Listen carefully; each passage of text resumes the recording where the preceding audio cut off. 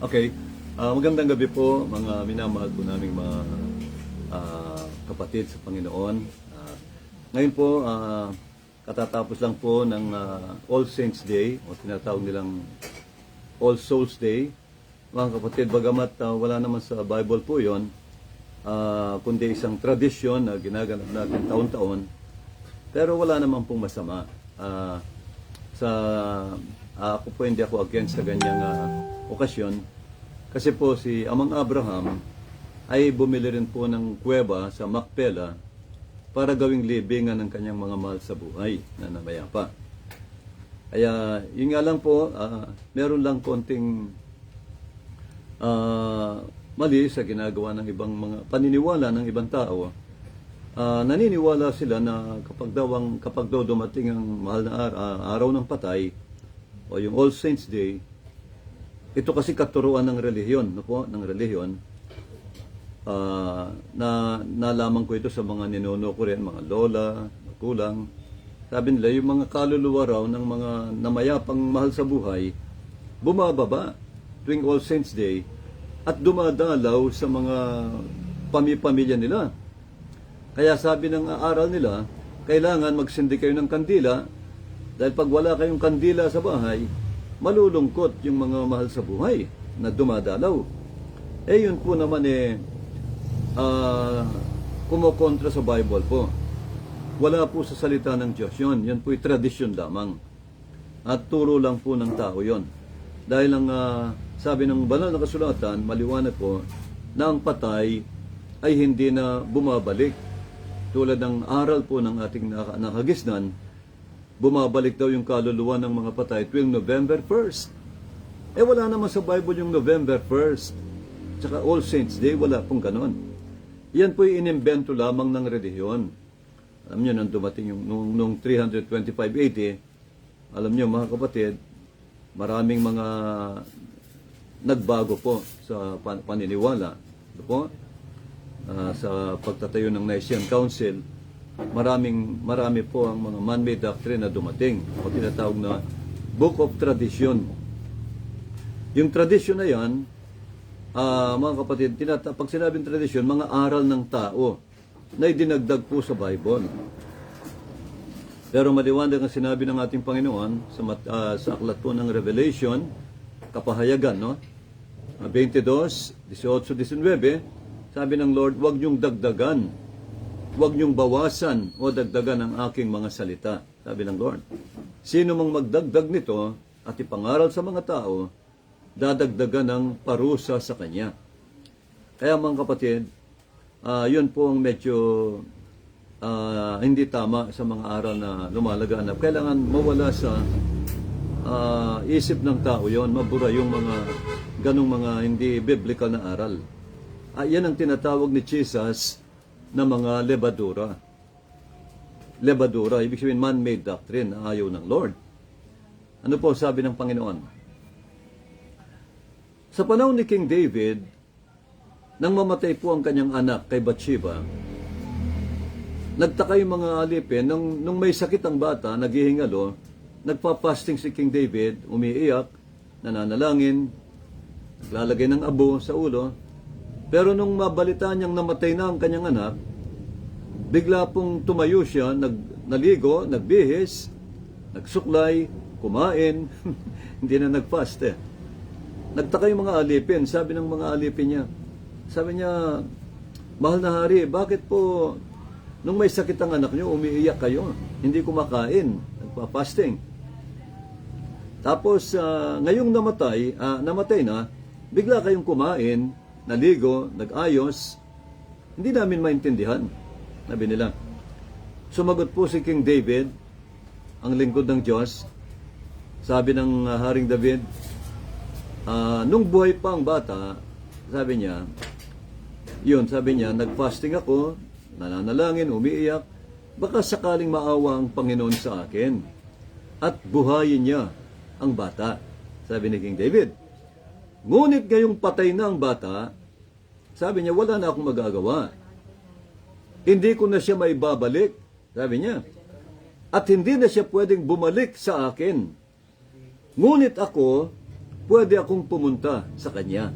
Sabi ni King David. Maliwanag po yun nasa aklat ng malinaw po yan sa aklat po ng mga hari, no? Malinaw po itong kasaysayan ni King David sa 2 Samuel. Sabi niya, pwede akong pumunta sa lugar ng mga patay. Sabi ni David. Ngunit siya, na namatay na, hindi na siya pwedeng bumalik sa lupa. Maliwanag po ang salita ng Lord. Si King David ay puspos ng kaalaman sa revelation ng Lord. Dahil puspos siya ng Holy Spirit, anointed siya ng Lord, alam niya yung mga mystery ito. Na ang patay, hindi na po bumabalik. Kaya mga kapatid, yung mga nababalitaan nating araw ng patay, dumalaw yung kanyang lolo, yung kanyang lolang namatay, nagpakita sa kanila, huwag po kayong maniwala doon. Alam niyo po ang gumagawa niyan, mga evil spirits, mga espiritu ng demonyo yan, na nagpapanggap na mahal natin sa buhay.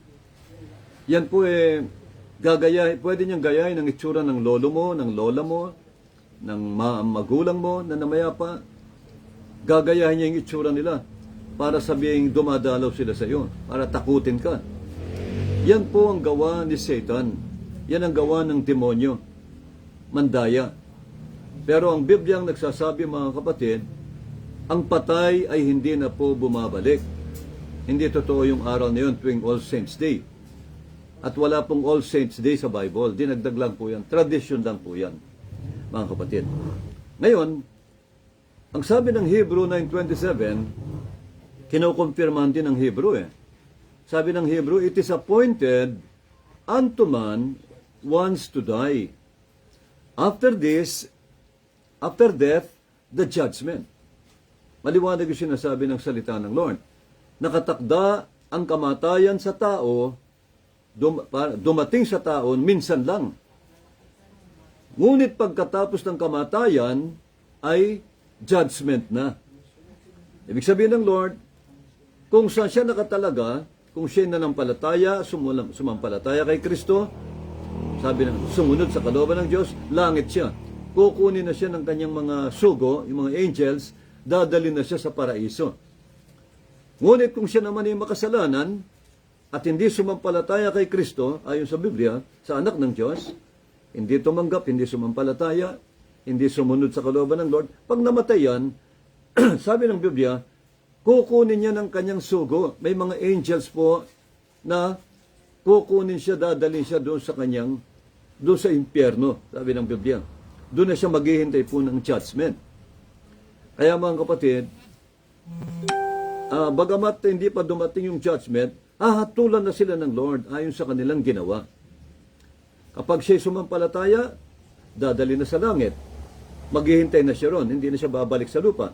Pag siya'y makasalanan, unbeliever, hindi mananampalataya sa salita ng Diyos, dadalhin ka agad ng mga sugo doon sa impyerno o yung pinaka-waiting area po ng mga tinatawag na mga unrighteous dead, yung mga sinners, no?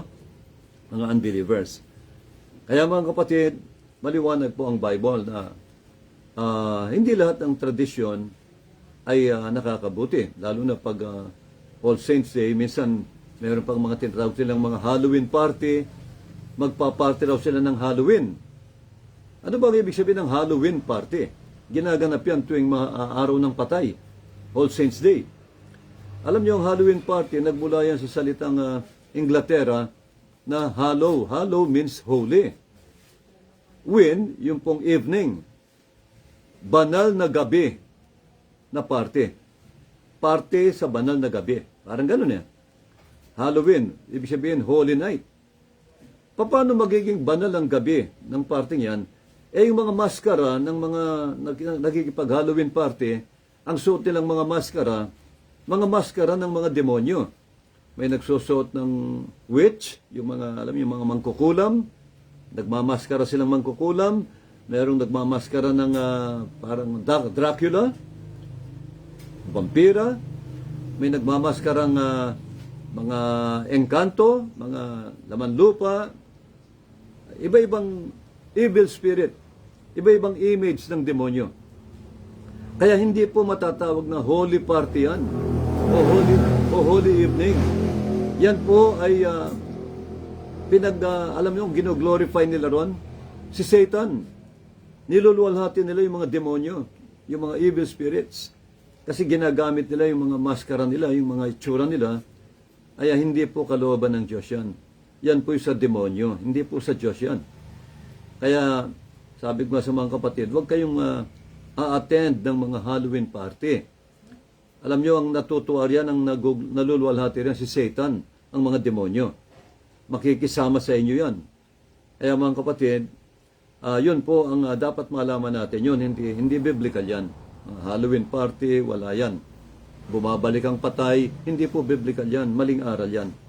Mga kapatid, tandaan nyo, pag ang tao namatay, tulad ni Lazaro at ang mayaman, namuhay silang magkaiba ang buhay, ang mayaman nagpasasa sa kalayawan, kumakain ng sagana araw-araw.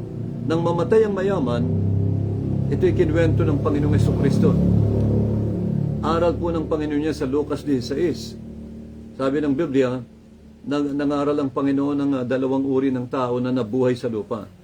Sabi ni Jesus, may isang taong mayaman na napakayaman, kumakain ng sagana araw-araw, nagdaramit siya ng mamahalin, at doon sa kanyang pintuan, meron namang isang pulubi na mamalimos na ang pangalan ay Lazaro. Si Lazaro ay isang taong nagtiis, sabi ng Panginoon, at puno ng sugat, mga kapatid. At hinihimura ng mga aso ang kanyang sugat. Mga kapatid, ibig sabihin siya kawawa talaga. Isang araw, pareho silang namatay, sabi ni Jesus. Itong kinwento ng Panginoong Jesucristong ito, hindi po ito talinhaga. Ito po yung realidad ng buhay, na kapag ang tao namatay, meron lang siyang dalawang patutunguhan. May dalawa lang po. Langit at impyerno. Paraiso at apoy, kaparusahan. Nang mamatay ang mayaman, sabi ng Biblia, namatay din ang pulubi. Namatay ang pulubi at dinala ng mga anghel, yung kanyang sugo, dinala siya ng mga angels sa sinapupunan ni Abraham, sa kandungan ni Abraham. At siya'y inaaliw ng mga anghel sa paraiso. Namatay din ang mayaman at inilibing. Nilibing. Nang mamatay ang mayaman, nang magmulat siya ng mata, nakita niya ang kanyang sarili, nandun na siya sa apoy. Nandun niya sa impyerno. At siya'y pinarurusahan. Tinotorment siya ron, at hindi niya matiis ang init. Ayon sa Biblia, nagmakaawa siya kay amang Abraham. Tumingala siya sa taas, nakita niya ang paraiso, at nakita niya roon, na vision niya, nakita niya si Abraham, ang lingkod ng Diyos, si amang Abraham, at si Lazaro ay nasa kanyang kandungan. At inaaliw ng mga anghel. Nagkabaligtad yung buhay. Si Lazaro, nasa paraiso, maganda ang buhay. Yung mayaman, nasa impyerno, pinarurusahan. Sumigaw siya, sabi niya, Amang Abraham, sabi niya, mahabag po kayo sa akin. Nagmamakaawa siya, maawa po kayo sa akin. Hirap na po ako sa apoy na ito. Hindi ko na matiis ang init, sabi niya. Hindi ko na matiis ang init. Sabi niya, suguin niyo po si Lazaro mula dyan sa paraiso. Sabihin niyo sa kanyang itubog niya sa tubig ang dulo ng kanyang daliri at palamigin ang aking dila, sapagkat hirap na po ako sa apoy na ito. Hindi ko matiis ang init. Isipin niyo, isang patak ng tubig sa dila niya, malaking ginhawa na po. Gaano kaya kainit ang impyerno? Sumagot si amang Abraham. Sabi ng lingkod ng Diyos, Anak, sabi niya, alalahanin mo, nang ikaw ay nasa lupa, ay nagpasasa ka na sa iba't ibang kalayawan sa sarap ng buhay sa mundo. Pero hindi naglingkod sa Diyos. Hindi siya nag-ipon ng kayamanan sa langit. Puro laman, puro sarili niya ang kanyang pinalugdan. Anong sabi ng Biblia? Samantalang itong si Lazaro ay nagtiis ng mga kahirapan. Nagtiis sa mga pagsubok ng buhay. Kaya ngayon nagkabaligtad ang buhay nyo. Ikaw ay nasa pagdurusa sa impyerno. At si Lazaro naman ay nasa paraiso. Grabe. Kaya pinakita ng Panginoon Jesucristo rito na meron talagang paraiso. Meron talaga. Di ba sinabi ni Jesus na nakapako sa cross? Sabi niya, ngayon din, makakasama kita sa aking paraiso. Sabi ni Jesus, totoo ang paraiso, mga kapatid. Totoo ang pangako ng Lord. Kaya nga, nung nakita niyang nasa impyerno na siya, sabi ni Amang Abraham, bukod sa lahat ng ito, sabi niya, hindi na pwedeng pumunta yan sa impyerno yung mga nasa langit o nasa paraiso. Hindi pwede. May malaking bangin sa pagitan natin. Ibig sabihin, imposible na. At yung mga nandyan sa impyerno, hindi na rin pwedeng pumunta dito sa paraiso. Wala nang balikan, wala nang lipatan. Kahit sa lupa, hindi na pwedeng umuwi sa lupa para magpakita sa mga mahal sa buhay. Wala silang power gawin yon, mga kapatid. Dahil sila po'y, kumbaga, parang kinulong na sila ng Diyos sa impyerno, nandun na po sila at naghihintay sila ng judgment. Yung judgment day. Kaya mga kapatid, alam niyo naman ng Bible, nagtuturo na ang impyerno, pansamantalang kulungan nito ng mga makasalanan. Hindi lang yan. Dahil ang impyerno, ililipat pa yan sa dagat-dagatang apoy pagkatapos po ng judgment. Kaya lalong nakakatakot yon. Forever na yon. O ngayon mga kapatid, sabi niya, hindi pwedeng lumipat, sabi ni Abraham. Kung ganun, Ama, sabi niya, pinakikiusap ko, pinapanalangin ko sa iyo, papuntahin mo na lang siya sa bahay ng aking ama sa lupa. Dahil meron pa akong 5 kapatid na nabubuhay pa sa lupa. Upang babalaan sila, bigyan sila ng babala na mayroong impyerno. Sabi po ni Abraham, hindi rin maaari. Sapagat ang Diyos ay nagpadala na sa lupa ng mga Moises at mga propeta upang mangaral. Sabi niya, hindi Ama, ngunit kung ang isang patay ay muling mabuhay at magbalita sa kanila na may impyerno at may langit, sila'y magsisisi sa kasalanan. Pero sabi ni Abraham, hindi rin maaari, sabi niya. Kung hindi nila pakikinggan ang mga pastor na sinugo ng Diyos, si Moises po ay isang pastor. Kapag hindi nila pinakinggan ang mga sugo ng Lord ng mga ngaral, hindi rin sila maliligtas kahit ang patay ay muling mabuhay. Sabi niya. Kaya mga kapatid, maliwanag po yon. Meron talagang sinusugo ang Lord ng mga ngaral. Kaya nga sabi ng Ephesians chapter 4, nagbigay ang Diyos ng mga pastor, evangelista, apostol, guro at propeta para daw maperpekto ang mga banal. Ang mga mananampalataya ay maligtas. Kaya pinakita rito ng Bible mga kapatid, na ang patay hindi na pwedeng bumalik sa lupa. Kaya yung mga aral na yan, aral po ng tao yan, man-made doctrine yan sa ating nakagisnan na hindi po katotohanan. Meron pong kaparusahan yan ayon sa Lord. Sino mang magdagdag sa salita ko at ipangaral sa mga taong mali, wala sa Bible, sabi niya, dadagdagan ko ang parusa sa judgment. Kaya mga kapatid, maliwanag po yun. Kaya, may sinabi si Paul dito sa Korinto, dadagdag ko lang po itong ating mga, ano ba ang dadalhin ng Lord sa langit o sa paraiso? Yun bang laman mong yan, ang dadalhin niya sa langit? Tignan natin itong unang Korinto 15, ito po ang sinasabi ng Lord. Pinaliwanag ito ni Apostol Pablo dito po sa 15:12. Sabi rito, now if Christ be preached that He rose from the dead, sabi niya, How say some among you that there is no resurrection of the dead? Kung si Kristo ay pinangaral na siya'y nabuhay o bumangon mula sa mga patay, bakit sinasabi ng ilan sa inyo na walang pagkabuhay na maguli? Ayaw nilang maniwala sa resurrection. Wala raw pagkabuhay na maguli. Alam mo kung sino yung mga nangangaral na ganyan? Yung mga Saduceo, yung mga Sadducees. Sadducees, kabaligtaran ng aral nila, ang paniniwala nila, kabaligtaran ng mga Pariseo.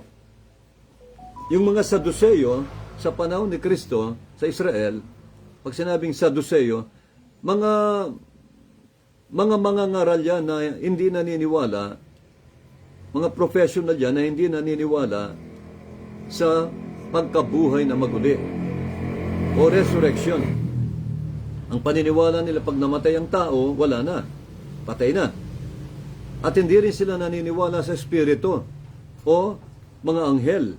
Ayaw nilang paniwalaan yan. Wala raw anghel, wala raw espiritu. Pag ang tao raw namatay, parang hayop lang namatay na. Pero ang mga Pariseo, kabaligtaran naman ang paniniwala. Naniniwala sila sa resurrection. Pagkabuhay na maguli, anghel, espiritu, kaluluwa, naniniwala po sila ron. At yun naman ang totoo. Yun ang biblical. Ang tao, meron siyang kaluluwa, meron siyang espiritu, meron siyang laman. Tatlo po ang ating sangkap. Meron kang laman, meron kang espiritu, meron kang kaluluwa. Ngayon, tuloy ko po yung sinabi ni Apostol Pablo. But if there be no resurrection of the dead, then is Christ not risen. And if Christ be not risen, then is our preaching vain, and your faith is also vain. Sabi ni Pablo, kung si Kristo ay hindi nabuhay na maguli, ang aming pangangaral ay walang kabuluhan. At ang inyong pananampalataya ay wala ring kabuluhan. Yeah, and we are found false witnesses of God, because we have testified of God that He raised up Christ, sabi rito, Christ, whom He raised not up, if so be that the dead rise not. For if the dead rise not, then is not Christ risen or raised. And if Christ be not raised, your faith is vain. You are yet in your sins. Kaya nga kung si Kristo raw hindi nabuhay na maguli, nasa kasalanan pa rin kayo, sabi ni Apostol Pablo. Then they also which are fallen asleep in Christ are perished. Pati na yung mga namatay na ay mapapahamak rin kung walang pagkabuhay na maguli. 19. Ipinangaral ito sa akin ng isang pastor. Sabi niya, if in this life only we have hope in Christ, sabi niya, verse 19, if in this life only we have hope in Christ, we are of all men most miserable. Sabi niya, kung dito sa lupang ito lamang ang ating pag-asa kay Kristo, tayo na ang pinakakawawang tao sa mundo, pinakamiserable. Bakit sinabi ni Paul yan? Kung walang resurrection, kung si Kristo raw hindi nabuhay na maguli, wala tayong pag-asa. Ngunit nabuhay si Kristo. Binuhay siya ng Diyos mula sa mga patay. Kaya nga po, meron tayong pag-asa. Mabubuhay din tayo. Sabi rito. Okay? 20. But now is Christ risen from the dead. Ang linaw, ngunit gayon si Kristo ay nabuhay mula sa mga patay and become the first fruits of them that slept. Siyang naging unang bunga ng mga namatay na nabuhay na maguli. Siyang pinakaunang nabuhay. For since by man came death, by man also the resurrection of the dead. Kaya maliwanag po ito mga kapatid. Pinaliwanag ni Pablo na si Kristo na buhay na maguli. Kaya nga may resurrection tayo. Okay? But every man in his own order. Christ the first fruit. Si Kristo unang naunang nabuhay. Afterward, they that are Christ, mabubuhay ding muli. Yung mga nanalig kay Kristo at His coming. Pagdating daw ni Jesucristo, sa kanyang pagdating, yung mga nananalig kay Kristo na nangamatay na, ay sila'y muling mabubuhay na maguli. Kaya ngayon ang pag-asa ng mga believers. Meron tayong resurrection. Sabi nga ni Lord sa John chapter 11, di ba, ang linaw sa 25-26? Dahil sabi ni Mary, kung nandito ka sana lang sa Lord, sabi ni Martha, kung nandito ka kahapon, hindi sana namatay ang aming kapatid na si Lazaro. Sabi ni Jesus, Martha, I am the resurrection. Sabi ni Jesus, ako ang pagkabuhay na maguli. And the life. I am the life and the resurrection. Sabi ni Jesus, ako ang buhay at ang pagkabuhay na maguli. He that believeth in me, though he were dead,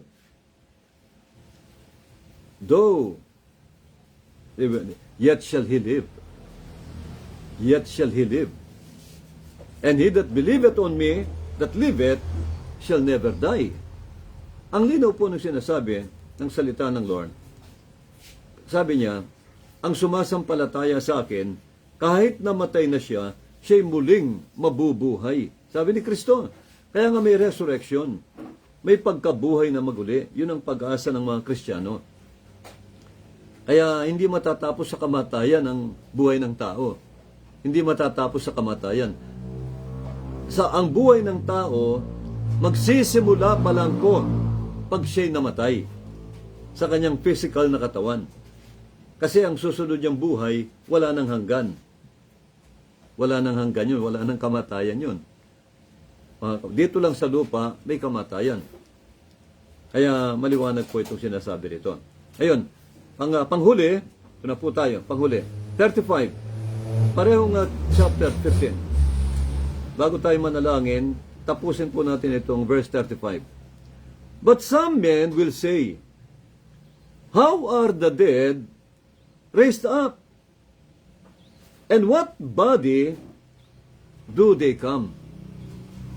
Ito ang tanong ni Apostol Pablo. May ilang tao na nagtatanong. Sabi niya, paano mabubuhay na maguli ang isang tao? At anong katawan ang kanilang isusuot? Anong katawan ang magiging katawan nila? Sabi rito. Ano sabi ni Paul? Thou fool, that which thou sowest is not quickened except it die. Sabi ni Pablo, ikaw na mangmang. Anumang itinanim mo sa lupa ay hindi mabubuhay. Bawa isang binhi. Tinanim mo, hanggat hindi ito namamatay, hindi ito mabubuhay. That which thou sowest is not quickened. Hindi ito mabubuhay except it die. Kinakailangan mo na bago raw mabuhay ang isang buto o isang binhi na tinanim mo, kailangan mo na mamatay, malibing at maagnas. Pag yan ay nabulok na at naagnas, dyan lalilitaw yung bagong seedling, bagong tubo. Sabi rito, iba na. Hindi na katulad ng buto. Pag lumitaw yan, maganda na. And that which thou sowest not that body that shall be, but bear grain. It may chance of wheat or some other grain. But God giveth it a body as it has pleased Him. Sabi niya, and to every seed his own body. Nagbigay raw ang Diyos ng kanya-kanyang katawan sa bawat binhi, sa bawat tao, sa bawat hayop. All flesh is not the same flesh. Hindi pare-pareho ang laman. But there is one kind of flesh of men, iba ang katawan ng tao, another flesh of beasts, another of fishes, and another of birds. Iba-iba ang katawan, sabi niya, iba ang katawan ng hayop, iba ang katawan ng isda, at iba ang sa tao. There are also celestial bodies and bodies terrestrial. But the glory of the celestial is one, and the glory of the terrestrial is another. Sabi niya, ang tao naman, meron din tayong tinatawag na celestial bodies. Meron kayong celestial bodies. Ano ba yung celestial bodies? Katawang panlangit. Heavenly body. At meron din kayong terrestrial body. Sabi ni Paul, ano naman yung terrestrial body natin? Katawang panlupa. O yung tinatawag na earthly body. O laman. Yan ang tinatawag na terrestrial body. Kaya tandaan nyo po, sabi ni Paul, meron kayong celestial body, meron din kayong physical body o terrestrial body. The glory, sabi nito, but the glory of the celestial is one, and the glory of the terrestrial is another. Ang ganda raw ng katawang lupa ng laman ay iba. At iba rin ang ganda ng katawan yung spiritual. Katawan yung panlangit o spiritual. Mas maganda. There is one glory of the sun, and another of the glory of the moon, and another glory of the stars. For one star differeth from another star in glory. Kahit sa liwanag daw, pag sinabing glory of the sun, glory means light. Sabi niya, may ibang liwanag ang araw. There is one glory of the sun, and another glory of the moon. Iba rin ang liwanag ng buwan. At iba ang liwanag ng mga bituin. Iba-iba ang kanilang ganda o liwanag. So also is the resurrection of the dead. Tingnan niyo po, kinonect niya rito muli sa mga binuhay ng Lord na maguli. Resurrection. Ganon din ang pagkabuhay na maguli ng mga patay. It is sown in corruption, it is raised in incorruption. Ito raw ay nalibing. Pag sinabing it is sown, nilibing sa lupa, na nabubulok, naaagnas, patay na. Ngunit, it is raised in incorruption. Ngunit ito'y bubuhayin ng Diyos, ibabangon ng Diyos at bubuhayin na wala ng kasiraan. Hindi na siya mabubulok. Hindi na siya maaagnas. It is sown in dishonor, it is raised in glory. Hindi ba ang patay talagang pag binililibing, di ba dishonor yon? Sipin mo, ililibing sa ilalim ng lupa, 6 feet below the ground, tapos tatabunan ng lupa, hindi ba dishonor yon? Kasi patay na. Ngunit, it is raised, sabi nito, in glory. Pag binuhay ito ng Diyos mula sa libingan, binangon ng Lord, in glory na. Ibig sabihin, malwalhati na. Hindi na dishonor. Talagang malwalhati na po. It is sown in weakness, inilibing siyang mahina, kasi patay na. Wala nang buhay, wala nang lakas. It is raised in power. Pag binuhay ka raw mula sa mga patay, powerful ka na. It is raised in power. Ibig sabihin, hindi na mahina. Napaganda din. Wala ka ng kahinaan. Kasi pag nandiyan ka na sa iyong spiritual body, wala ka ng kahinaan. Hindi ka na nagkakasakit, hindi ka na nagkakasakit, hindi ka na nanghihina. Powerful ka na. Wala ka ng kahinaan. Sabi niya, no? It is sown a natural body. Last verse. It is sown a natural body. Inilibing siya, nang mamatay, inilibing siyang natural body, laman. It is raised a spiritual body.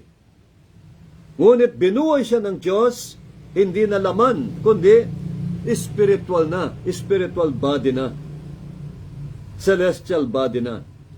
There is a natural body and there is a spiritual body. Maliwanag po yan.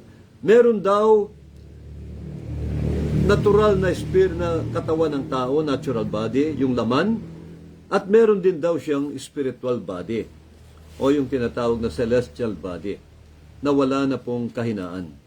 Kaya mga kapatid, maliwanag po itong sinasabi ng Panginoon. Kaya ganun ang resurrection of the dead. Mga kapatid, ang tao pag nasa laman, dun lang siya mahina. At ang kukunin ng Lord, alam nating lahat, hindi yung laman. Sabi ni San Pablo sa 1 Corinto 15, mula 51, I show you a mystery, sabi niya. Meron akong ipapahayag sa inyong misteryo. Hindi lahat tayo mamamatay, sabi ni Pablo. Sabi niya, we shall not all sleep or die, but we shall all be changed, sabi ni Pablo. Hindi lahat tayo mamamatay, kundi lahat tayo'y babaguhin, sabi ni Pablo. Yun daw katawan mong nabubulok, physical body, babaguhin ng Lord at gagawin niyang spiritual body bago niya tayo kunin sa rapture. Maliwanag po ang tinuturo ng banal na kasulatan. Sabi niya, in the twinkling of an eye, di ba maliwanag yun sa isang pagpikit ng mata, tutunog ang trumpeta ng Diyos at lahat tayo'y babaguhin upang salubungin ng Panginoon sa ulap. Mga kapatid, magkakaroon tayo ng body change. Hindi ka pwedeng ma-rapture kung hindi magkakaroon ng body change ang laman mo. Kinakailangan ng laman mo maging spiritual body. At mangyayari lang yan kung puspos ka ng Holy Spirit. Kung nasa iyo ang Holy Ghost, ang Holy Spirit, mangyayari po ang body change. Ngunit kung wala sa iyo ang Holy Spirit, imposible na mabago mo ang iyong katawang lupa. Walang body change kung walang Holy Ghost. Kaya nga sabi ng Lord, unless a man is be born of the Spirit, he cannot see the kingdom of God. Kailangan po talagang tanggapin natin ang Holy Spirit. Manampalataya tayo sa Panginoong Jesucristo, sabi niya, at mananahan sa atin ang Holy Ghost, ang Holy Spirit. Kaya maliwanag po ito sinabi ni Apostol Pablo. Kaya flesh and blood cannot inherit the kingdom of God, sabi ni Pablo. Flesh and blood, ang laman at ang dugo ay hindi papasok sa langit. Hindi makakapunta sa langit, sabi ni Apostol Pablo. Kundi yung spiritual body natin ang kukunin ng Lord at dadalhin sa langit. Kaya nga magkakaroon muna tayo ng body change. Habang tumutunog ang trumpeta ng Diyos, lahat ng katawan nating nabubuhay, binabago ng Lord. Binabago ng Holy Spirit at ginagawa niya itong spiritual body o celestial body. Kaya yun, pagkatapos ng trumpeta, sabi ng Biblia, at lahat tayo dadagitin, sabi ng Tesalonica, upang salubungin sa alapaap ang Panginoon. Kaya yun lang po, mga kapatid, uli-ulitin ko po, ang patay hindi na po bumabalik. No?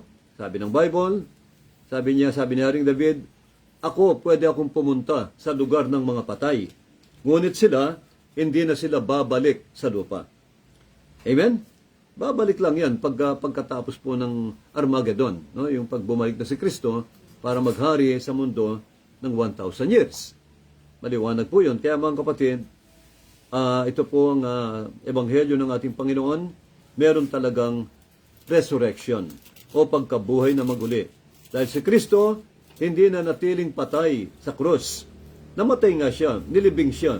Ngunit pagkaraan ng 3 araw, nabuhay na maguli ang ating Panginoong Jesucristo, binuhay siya ng Diyos mula sa mga patay, kaya ngayon mga kapatid, siya'y buhay. At sabi ng Lord, sa kanyang pagdating, tayo naman ang babaguhin upang salubungin ng Panginoon sa ulap.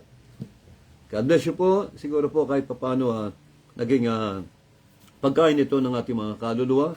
Kaya magpatuloy po kayo, sabi ng Lord, magpatuloy kayo sa paglilingkod nyo sa Panginoon, yamang nalalaman ninyo na ang inyong paglilingkod at pagpapagal ay hindi mawawala ng kabuluhan. Lahat pong yan gagantimpalaan po ng Diyos. Dito pa lang sa lupa, mga kapatid, may gantimpala ka na sa Lord. May blessing ka na. Plus, meron ka pang eternal life, kayamanan sa langit. Kaya yung ating kaligtasan ay sigurado. Meron tayong assurance sapagkat si Kristo na buhay na maguli. Yan ang ating pag-asa na kay Kristo.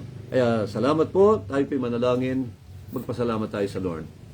Ama, nagpapasalamat po kaming muli, kahit papano Lord, meron po kaming na-share, na binigay mo sa amin, na i-share sa mga anak mo.